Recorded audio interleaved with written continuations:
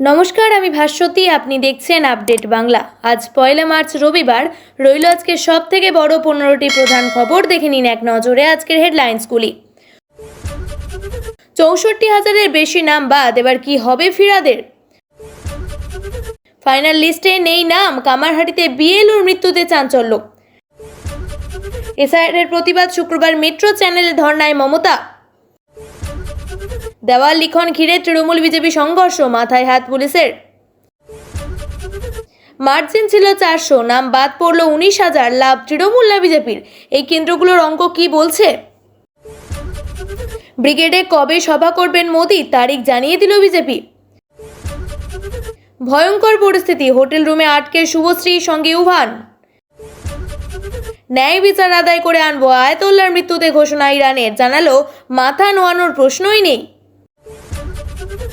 সংঘাতে জড়ালো ইসরায়েল এবং ইরান, কলকাতার রাজপথে বিক্ষোভ এসইউসিআই। খামেনেইর মৃত্যুতে প্রতিশোধের প্রতিশ্রুতি, দুবাই, দোহা, কাতারে ইরানে পরপর হামলা।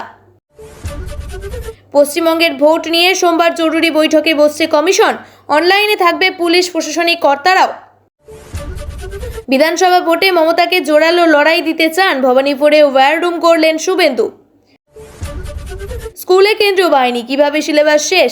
সমস্যা রাজ্যের সরকারি স্কুল। পশ্চিম এশিয়ায় উত্তপ্ত পরিস্থিতি, কত বাড়ছে তেলের দাম? যোগীপুরে তৃণমূল বিধায়ক সহ 5 সংখ্যালঘু এমএলএ কমিশনে বিচারাধীন। আপনাদের কাছে একটা অনুরোধ রইল, আমরা প্রতিদিন চেষ্টা করি আপনাদের জন্য সঠিক, সংক্ষিপ্ত এবং নিরপেক্ষ খবর পৌঁছে দিতে। আমাদের এই ছোট্ট চেষ্টাকে যদি আপনার ভালো লাগে তাহলে দয়া করে একটা লাইক দিয়ে পাশে থাকার বার্তা দিন। আপনাদের একটা লাইকই আমাদের আগামী দিনের অনুপ্রেরণা। এতক্ষণ শুনছিলেন সংবাদ শিরোনাম, এবার জানাবো বিস্তারিত খবরগুলি। এসআইআর প্রক্রিয়া শুরু থেকেই রাজ্যের বিরোধী দল দাবি করেছিল 1 কোটির বেশি নাম বাদ যাবে। এখনও পর্যন্ত পূর্ণ তালিকা সামনে আসেনি, তবে বাদ পড়েছে 61 লক্ষের কিছু বেশি নাম। এবার রাজনীতির কারবারিরা হিসেব কষতে শুরু করেছেন কোন কেন্দ্রে এসআইআরের কেমন প্রভাব পড়তে পারে। নজরে থাকা কেন্দ্রগুলির মধ্যে অন্যতম কলকাতা বন্দর। সেখানে কি প্রভাব পড়তে পারে? অঙ্কটা বুঝতে গেলে 2021-এর বিধানসভা নির্বাচনের ফলাফল বুঝতে হবে। কলকাতা বন্দরে প্রথম 3 বারের বিধায়ক ফিরহাদ হাকিম। তার প্রাপ্ত ভোট শতাংশ 2011 থেকে বাড়তে বাড়তে 2021-এ 70% পৌঁছায়। 2021-এ ফিরহাদ হাকিমের প্রাপ্ত ভোট ছিল 1,05,543। 69.23% ভোট পেয়েছিলেন তিনি। বিজেপির আওয়াদ কিশোর গুপ্তা 36,989 ভোট পেয়েছিলেন, যা প্রায় 24%। কংগ্রেস নেতা মোহাম্মদ আক্তার 5,590টি ভোট পেয়েছিলেন, অর্থাৎ দ্বিতীয় স্থানের তুলনায় জয়ী প্রার্থী ভোটের ফারাক অনেকটাই বেশি ছিল। পাল্লা দিয়ে এই কেন্দ্রে এসআইআরের নাম বাদ পড়েছে অনেকেই। 28 ফেব্রুয়ারি প্রকাশিত তালিকা অনুযায়ী কলকাতা বন্দর কেন্দ্রে বাদ পড়েছে 64,800 জনের নাম।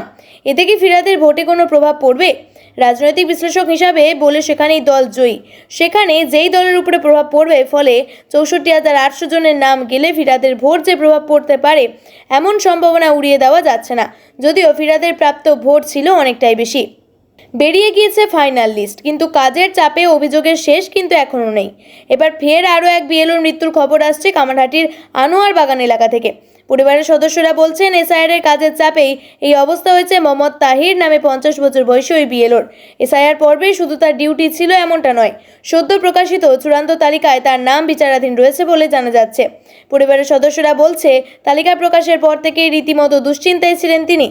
একদিকে কাজের চাপ, অন্যদিকে তালিকায় নাম না থাকার চিন্তাতেই তিনি হৃদরোগে আক্রান্ত হয়েছেন বলে দাবি করছেন পরিবারের সদস্যরা। একই কথা বলছেন স্থানীয় বাসিন্দারাও। একদিকে তার মৃত্যুর খবর চাউর হতেই তা নিয়ে রীতিমতো চাঞ্চল্য ছড়িয়েছে কামারহাটির আনোয়ার বাগান এলাকায়। এসআইআর পর্বে শুরু থেকেই গোটা রাজ্যে লাগাতার নির্বাচন কমিশনের বিরুদ্ধে ক্ষোভে ফেটে পড়েছেন বিএলওরা। হয়েছে বিক্ষোভ, কমিশনের দপ্তরের সামনে বসেছে ধর্ণা। বারবারই মূল অভিযোগ উঠেছে অতিরিক্ত কাজের চাপ নিয়ে। এসেছে একের পর এক মৃত্যুর খবর। তা নিয়ে রাজনৈতিক মহলেও চাপানোত্তর কম হয়নি, সুর চড়িয়েছে তৃণমূলও। এবার লিস্ট সামনে আসার পরেই নতুন করে আরও এক মৃত্যুর খবর বাড়ছে চাপানোত্তর। এলাকার এক বাসিন্দা বলছেন, ওনার নাম বিচারাধীন তালিকায় চলে যাওয়ার অনেকেই ফোন করে জানতে চাইছিলেন। তাতেই মানসিক চাপে ছিলেন তিনি। কয়েকদিন আগেই এসআইআরের শেষ পর্বে আরও এক বিএলও মৃত্যুর খবর আসছে মালদহ থেকে। মৃত্যু হয় সুজাপুর অঞ্চলের বাসিন্দা কালিয়াচক হাই স্কুলের সহকারী শিক্ষক মোহাম্মদ আনিকুল আলমের। তার মৃত্যু ঘিরেও রাজনৈতিক মহলে চাপানোত্তর চলতে থাকে। এক্ষেত্রে পরিবারের অভিযোগ ছিল নির্বাচন কমিশনের দিকেই। এই বিএলও নিজের ফর্মে ফেরত এসেছিল বলে জানান তার ছেলে। শনিবার এসআইআর-এর চূড়ান্ত ভোটার তালিকা প্রকাশ করেছে নির্বাচন কমিশন। ভোটার তালিকায় নাম বাদ যাওয়া নিয়ে বিভিন্ন জায়গায় চাপানোত্তর বেড়েছে। কোথাও বিডিও অফিসের সামনে নাম বাদ গিয়েছে, কোথাও কাউন্সিলরের নাম বাদ গিয়েছে। আবার রবিবার গ্রুপ সি নিয়োগ পরীক্ষা লিখিত পরীক্ষা নির্বিঘ্নে পরীক্ষা করতে তৎপর শিক্ষা দপ্তর। দেওয়াল লিখন ঘিরে উত্তপ্ত নেতাজি নগর। থানার সামনেই বিজেপি তৃণমূল সংঘর্ষ। পরিস্থিতি সামাল দিতে গিয়ে হিমশিম খেতে হয় পুলিশকে। একে অপরের দিকে ইট ভাঙা, টাইলসের টুকরো ছোড়ার অভিযোগ। আহত হয়েছেন একাধিক বিজেপি কর্মী। তৃণমূলের বিরুদ্ধে হামলার অভিযোগ তুলছে বিজেপি। আহত হয়েছেন বেশ কয়েকজন পুলিশ কর্মীও। জানা যাচ্ছে, নেতাজি নগরে 98 নম্বর ওয়ার্ডে থানার পিছনের এলাকাতেই রবিবার সকালে একটা দেওয়াল লিখন ঘিরে উত্তেজনার পরিস্থিতি তৈরি হয়। দুই পক্ষই একে অপরকে ঘিরে বিক্ষোভ দেখাতে থাকে। তখন পাল্টা তৃণমূলের বক্তব্য, হামলা চালায় বিজেপি। তৃণমূলের তরফ থেকে অভিযোগ অস্বীকার করা হয়েছে। দুই পক্ষের মধ্যে উত্তপ্ত পরিস্থিতি তৈরি হয়। খবর পেয়ে ঘটনাস্থলে যায় পুলিশ ব্যারিকেড দিয়ে রাখে, কিন্তু বেলা গড়াতেই আবার উত্তপ্ত হয়ে ওঠে গোটা এলাকা। ব্যারিকেড ভেঙে দুই পক্ষই একে অপরের ওপর চড়াও হয়। ইট ভাঙা, টাইলস একে অপরের দিকে ছুটতে থাকে। পরিস্থিতি সামাল দিতে গিয়ে রীতিমতো হিমশিম খেতে হয় পুলিশকে। থানার সামনে জড়ো হয় দুই পক্ষ। থানার গেট বন্ধ করে রাখতে হবে পুলিশকে। তৃণমূল কর্মীরা বলেন, আমরা মারতে যাইনি, বিজেপির ছেলে মেরে আমাদের দাঁতের মাড়ি ফাটিয়ে দিয়েছে। বিজেপি কর্মী বলেন, রাজনীতির ময়দানে হবে, কিন্তু আগে বলতে হবে আমাদের কর্মীদের গায়ে হাত পড়লো কেন। আমরা থানায় এসেছিলাম প্রতিবাদ জানাতে, কিন্তু পুলিশ ভুল করেছে। পুলিশের সামনে আমাদের কর্মীকে মারা হলো। এসআইআর প্রক্রিয়া শুরু হওয়ার পর থেকে একদিকে যেমন সাধারণ মানুষ একাংশের মধ্যে উদ্বেগ তৈরি হয়, সেই সঙ্গে রাজনৈতিক দলগুলির অঙ্ক কষা শুরু হয়ে যায়। কোথায় কত ভোটের ব্যবধান ছিল তার প্রেক্ষিতে লাভ ক্ষতির হিসেব কষতে শুরু করে দিয়েছে রাজনৈতিক বিশ্লেষকরা। আর এবার চূড়ান্ত তালিকা প্রকাশ হওয়ার পর সেই হিসেব আরও স্পষ্ট হচ্ছে। 2021-এর বিধানসভা নির্বাচনে সেখানে যত ভোটের মার্জিন ছিল তার সঙ্গে এসআইআর-এর নাম বাদ দেওয়ার নামের একটা অনুপাত তৈরি করেই বিশ্লেষক বোঝার চেষ্টা করছেন এসআইআর কে লাভবান হলো। বিশেষ করে যে কেন্দ্রগুলিতে জয়ী এবং পরাজিত প্রার্থীর মধ্যে ব্যবধান খুব কম ছিল, সেখানে অঙ্কটা বোঝা যাবে সহজেই। ধরা যাক পুরুলিয়ার বলরামপুর, সেখানে মাত্র 423টির বেশি ভোট পেয়ে জয়ী হয়েছিল বিজেপি। সেখানে এসআইআর-এ বাদ পড়েছে 19,530 জনের নাম। প্রশ্ন হলো, এত বেশি সংখ্যক ভোটারের নাম বাদ পড়লে ওই কেন্দ্রে কার লাভ হবে? রাজনৈতিক বিশ্লেষকদের অঙ্ক কষে বলছেন, যারা সরকারে থাকেন তারা যে কোনো রাজ্যে বেশি সুবিধা পান। সেক্ষেত্রে কোনো একটি কেন্দ্রে যে দল জয়ী তারাই সুবিধা পাবেন। আবার ভোটার সংখ্যা বাদ গেলে নেতিবাচক প্রভাব পড়বে বলে তাদের উপরেই। অঙ্কের হিসাব দেখতে গেলে যে জিতেছে তার সব থেকে বেশি ক্ষতি হবে, অর্থাৎ যে সমস্ত কেন্দ্রে তৃণমূল জয়ী হয়েছিল সেখানে তৃণমূলের ক্ষতি হবে। কান ঘেঁষে জিতে যাওয়া কেন্দ্রগুলির তালিকা এক নজরে। বলরামপুর 423 ভোটের ব্যবধানে জেতে বিজেপি। এসআইআর-এ বাদ পড়েছে 19,530 জনের নাম।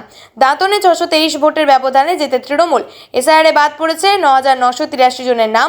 কুলটিতে 689 ভোটের ব্যবধানে জেতে বিজেপি। এসআইআর-এ বাদ পড়েছে 16,723 জনের নাম। তমলুক 793 ভোটের ব্যবধানে জেতে তৃণমূল। এসআইআর-এ বাদ পড়েছে 8,209 জনের নাম। জলপাইগুড়ি 941 ভোটের ব্যবধানে জেতে তৃণমূল। এসআইআর-এ বাদ পড়েছে 18,386 জনের নাম। ঘাটালে 966 ভোটের ব্যবধানে জেতে বিজেপি। এসআইআর-এ বাদ পড়েছে 12,264 জনের নাম। কয়েকদিন ধরেই নানান জল্পনা চলছিল। অবশেষে পরিবর্তন যাত্রার শুরুর দিনেই ব্রিগেডে বিজেপির সভার দিন ঠিক হলো। আগামী 15ই মার্চ সভা হবে ব্রিগেডে। সেখানে থাকার কথা প্রধানমন্ত্রী নরেন্দ্র মোদীর। বিধানসভা নির্বাচনের আগে সেই সভাকে সফল করতে তৎপর বঙ্গ বিজেপি। রবিবার থেকে রাজ্যের একাধিক প্রান্তে শুরু হয়েছে বিজেপির পরিবর্তন যাত্রা। পদ্ম শিবিরের কেন্দ্রীয় নেতাদের পরিবর্তন যাত্রার জন্য রাজ্যে আসছেন। পরিবর্তন যাত্রায় অংশ নেবেন কেন্দ্রীয় স্বরাষ্ট্রমন্ত্রী অমিত শাহ। আর এই পরিবর্তন যাত্রার পরেই ব্রিগেডের সভার পরিকল্পনা করেছে বঙ্গ বিজেপি। কিন্তু সেই সভার তারিখ নিয়ে নির্দিষ্ট করে কিছু জানাতে পারেনি বঙ্গ বিজেপির নেতারা। গতকাল বাংলা এসআইআর-এর চূড়ান্ত ভোটার তালিকা প্রকাশ হয়েছে। কয়েকদিনের মধ্যেই বিধানসভা ভোটের নির্ঘণ্ট ঘোষণা হতে পারে। ভোটার লিস্ট নির্ঘণ্ট ঘোষণার আগেই ময়দানে নেমে পড়েছে রাজনৈতিক দলগুলি। ভোটের উত্তাপ ক্রমশ বাড়ছে। এই আবহে পরিবর্তন যাত্রা করছে বিজেপি। রাজ্যে এবার পরিবর্তন হবে বলে আশাবাদী পদ্ম শিবির। পরিবর্তন যাত্রার পর ব্রিগেডের সভা থেকে সেই বার্তাই আরও জোরালোভাবে দিতে চায় তারা। প্রধানমন্ত্রী নরেন্দ্র মোদীর নেতৃত্ব হবে ওই সভা। সাধারণ মানুষকে ওই সভায় অংশগ্রহণের আবেদন জানিয়েছে গেরুয়া শিবির। 2021 সালে বিধানসভা নির্বাচনের আগেও ব্রিগেডের সভা করেছিল বিজেপি। সেখানেও প্রধান বক্তা ছিল মোদী। আর ওই সভাতে বিজেপিতে যোগ দিয়েছিলেন মিঠুন চক্রবর্তীও। ব্রিগেডের ওই সভায় মিঠুনের উচ্ছ্বাসিত প্রশংসা করেছিলেন প্রধানমন্ত্রী। 21 নির্বাচনের পর বিজেপিকে বিভিন্ন প্রচারে দেখা যাচ্ছে মিঠুনকে। 26 নির্বাচনের আগে ইতিমধ্যে বিভিন্ন জেলায় বিজেপির প্রচারে অংশ নিচ্ছেন তিনি। 15ই মার্চ ব্রিগেডের সভায় এবার মিঠুন থাকবেন কিনা তা নিয়ে জল্পনা চলছে। বিজেপি নেতৃত্ব এই নিয়ে এখনো কিছু বলেনি, তবে ব্রিগেডের সভা সফল করতে তারা যে বদ্ধপরিকর তা বুঝিয়ে দিয়েছেন। আর এই সভা থেকে মোদী কি বার্তা দেন সেদিকে এখন সকলের নজর। উত্তেজনা বাড়ছিল বেশ কিছুদিন ধরে, আর এবার আচমকাই তৈরি হয়েছে যুদ্ধ পরিস্থিতি। আচমকাই হামলায় আতঙ্কিত বাসিন্দারা। ফাঁকা করে দেওয়া হচ্ছে রাস্তাঘাট, আকাশসীমা বন্ধ করে দেওয়া হয়েছে। সেই যুদ্ধ পরিস্থিতিতে আটকে পড়েছেন টলি অভিনেত্রী শুভশ্রী। ছেলে ইউভানকে সঙ্গে নিয়ে দুবাইতে গিয়ে বিপদে পড়েছেন তিনি। আমেরিকা এবং ইসরায়েলের যৌথ হামলা ইরানে তৈরি হয়েছে যুদ্ধ পরিস্থিতি। ইরানে হামলার পরই প্রত্যাঘাতে কাতার, কুয়েত, বাহরিন, সংযুক্ত আরব আমিরসাইতে হামলা করা হয়েছে। এই সংঘাত আবহে ইরান ইসরায়েল যেমন নিজেদের এয়ার স্পেস বন্ধ করে দিয়েছে, তেমনি দোহা এবং দুবাইয়ের বিমানবন্দরে শয়ে শয়ে বিমান ইতিমধ্যেই বাতিল করে দেওয়া হয়েছে। এই পরিস্থিতির মধ্যেই শনিবার দুবাইতে পৌঁছালেন অভিনেত্রী। শুভশ্রী গঙ্গোপাধ্যায়ের স্বামী তথা পরিচালক রাজ চক্রবর্তী জানিয়েছেন, ছেলে ইউভান স্কুলে 6 থেকে 7 দিনের ছুটি ছিল, তাই ইউভান মরুভূমি দেখতে দুবাই যেতে চেয়েছিল। শুভশ্রী একাই ছেলেকে নিয়ে দুবাই পাড়ি দেন। শনিবার সেখানে পৌঁছেছেন তিনি, তারপর সব ফ্লাইট বন্ধ করে দেওয়া হয়। রাজ জানিয়েছেন, আপাতত হোটেলেই আছেন শুভশ্রী, বেরোতে পারছেন না। সরকারের নির্দেশ মেনে ভিতরে রয়েছেন তারা। পরিস্থিতি স্থিতিশীল হলে তবেই ফিরবেন দেশে। রাজ আরও জানান, পরিস্থিতি আতঙ্কের হলেও শুভশ্রী এবং ইউভান ঠিকই আছেন। দুবাইতে তাদের অনেক বন্ধু বান্ধব আছেন, তারাই শুভশ্রীদের খেয়াল রাখছেন। উল্লেখ্য, পশ্চিম এশিয়ার 11টি দেশকে হাই রিস্ক জোন ঘোষণা করে পূর্ব নির্ধারিত সব ফ্লাইটের রুট বদল করার নির্দেশ দিয়েছে ডিজিসিএ। নোটাম থাকার কারণে এই দেশের আকাশসীমা এড়িয়ে বিমানের রুট পুনর্বিন্যাস করতে হবে বলে জানানো হয়েছে। আয়াতোল্লাহ আলী খামেনেইর মৃত্যু বৃথা যাবে না বলে এবার ঘোষণা করল ইরান। জানিয়ে দিল, আমেরিকা এবং ইসরায়েলে একযোগে হামলা চালিয়েছে, সুদে আসলে তার মাসুল তুলে তবেই তারা ক্ষান্ত হবে। আর তাতেই প্রমোদ গুনতে শুরু করলো আন্তর্জাতিক মহল। কারণ শনিবার থেকে উপসাগরীয় দেশগুলি পরপর হামলা চালিয়েছে ইরান। শনিবার আমেরিকা এবং ইসরায়েলে হামলায় মৃত্যু হয়েছে খামেনেইয়ের। আর রবিবার গোটা বিশ্বকে বার্তা দিলেন ইরানের প্রেসিডেন্ট মাসুদ পেজেশকিয়ান। গতকাল মাসুদকে লক্ষ্য করে হামলা চালানো হয়, কিন্তু প্রাণে বেঁচে যান তিনি। তার সাফ বক্তব্য, গতকাল আমেরিকা এবং ইসরায়েলকে লক্ষ্য করে ক্ষেপণাস্ত্র ছুড়েছে, ইরান তার লক্ষ্য ভেদ করেছে। আর আজ এমন শক্তি প্রয়োগ করব যা কেউ কখনো দেখেনি। উপসাগরীয় দেশগুলিতে পরপর যে ক্ষেপণাস্ত্র, ড্রোন ছুটছে ইরান, তাতে নতুন করে তপ্ত হয়ে উঠছে পশ্চিম এশিয়া। ইরানকে যুদ্ধ ছেড়ে আলোচনায় এগিয়ে আসতে হবে আবেদন জানিয়েছে একাধিক দেশ। কিন্তু পেজেশকিয়ান জানিয়েছে, ইরানের মাটিতে যে অপরাধ ঘটিয়েছে আমেরিকা এবং ইসরায়েল, তাতে পাল্টা আঘাত আনার সব অধিকার তাদের আছে। তার বক্তব্য, অত্যন্ত দুর্ভাগ্যজনক পরিস্থিতি। ইসলামী দুনিয়া আজ বড় পরীক্ষার মুখে। ইসলামী প্রজাতন্ত্রের সর্বোচ্চ নেতার হত্যা আসলে মুসলিমদের বিরুদ্ধে প্রকাশ্যে যুদ্ধ ঘোষণা। বিশেষ করে পৃথিবীর সব শিয়া মুসলিমদের বিরুদ্ধে যারা এই ঐতিহাসিক অপরাধ ঘটিয়েছে, তাদের কাছ থেকে ন্যায় আদায় করে আনার প্রতিশোধ চরিতার্থ করাকে অবশ্য কর্তব্য এবং বৈধ অধিকার বলে মনে করছে ইরান, যার জন্য সব শক্তি উজাড় করে দেওয়া হবে। ইসরায়েল এবং ইরানের মধ্যে সংঘাত। ইতিমধ্যেই জানা গিয়েছে, ইরানের সর্বোচ্চ শাসক আয়াতোল্লাহ খামেনেইর মৃত্যু হয়েছে। ইরানের সরকারি সংবাদ মাধ্যম ইতিমধ্যেই সেই খবর স্বীকার করে নিয়েছে। ঘোষণা করা হয়েছে 40 দিনের রাষ্ট্রীয় শোক।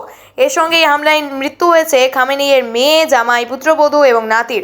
আর তারপরেই কলকাতার রাজপথে মিছিলে এসইউসিআই এর। জানা গিয়েছে, মার্কিনী আগ্রাসনের প্রতিবাদে পথে নেমেছে তারা। ধর্মতলা থেকে আমেরিকান দূতাবাস অর্থাৎ United state of America consulate general পর্যন্ত এই মিছিল হবে বলে জানা গিয়েছে। মিছিলের সামনে যে প্ল্যাকেট রয়েছে, সেখানে লেখা, যুদ্ধবাজ ইসরায়েল, আমেরিকা ইরান আক্রমণের প্রতিবাদে বিক্ষোভ মিছিল। এছাড়াও লেখা রয়েছে, একচেটিয়া পুঁজিপতিদের জন্য মধ্যপ্রাচ্য কোনো যুদ্ধক্ষেত্র নয়। ইতিমধ্যেই মধ্যপ্রাচ্যে চরম পৌঁছে গিয়েছে সংঘাত।